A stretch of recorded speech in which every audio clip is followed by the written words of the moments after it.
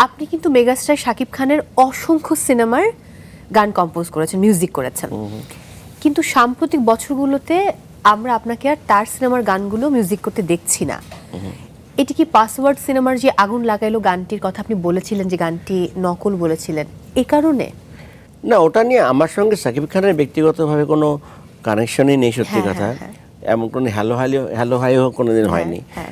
উনি আমাকে রেসপেক্ট করেন মিউজিক ডিরেক্টর হিসেবে, আমি ওনাকে রেসপেক্ট করি হিরো হিসেবে। প্রফেশনাল কোনো ক্লাস নেই। গান নিয়ে তো সমালোচনা হতেই পারে, আমি সমালোচনা করেছি কিছু কিছু, সেটা নিয়ে শাকিব খানের সাথে আমার কোনো কনফ্লিক্টই নেই। আর যেটা হলো যুগের, আমরা তো অনেক যুগ কাজ করলাম, নতুন জেনারেশন তো আসবেই, নতুন যারা কাজ করছে। আর আরেকটা জিনিস হলো যে আমি এটা শুধু পার্সোনালি একজনকে দোষ দিয়ে লাভ নেই, ফিল্মের একটা ট্রেন্ড হয়ে গেছিল মাঝখানে যে দেশের বাইরে থেকে গান করে আনলে আমাদের একটা স্ট্যাটাস হাই হবে, আমরা বিদেশি গান দিয়ে আর বিদেশ থেকে গান করছি।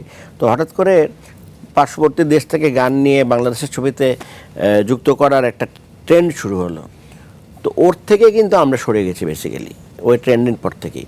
এবং তারপরে আস্তে আস্তে এখন অনেক চেঞ্জ হয়ে গেছে। এখন বাংলাদেশের কম্পোজার কাজ করছে এখন। সত্যি এটা খুবই ভালো জিনিস যে নতুন কম্পোজার যারা বাংলাদেশে, ওরাই চলচ্চিত্রে কাজ করছে এবং খুব সাকসেসফুলি গান করছে।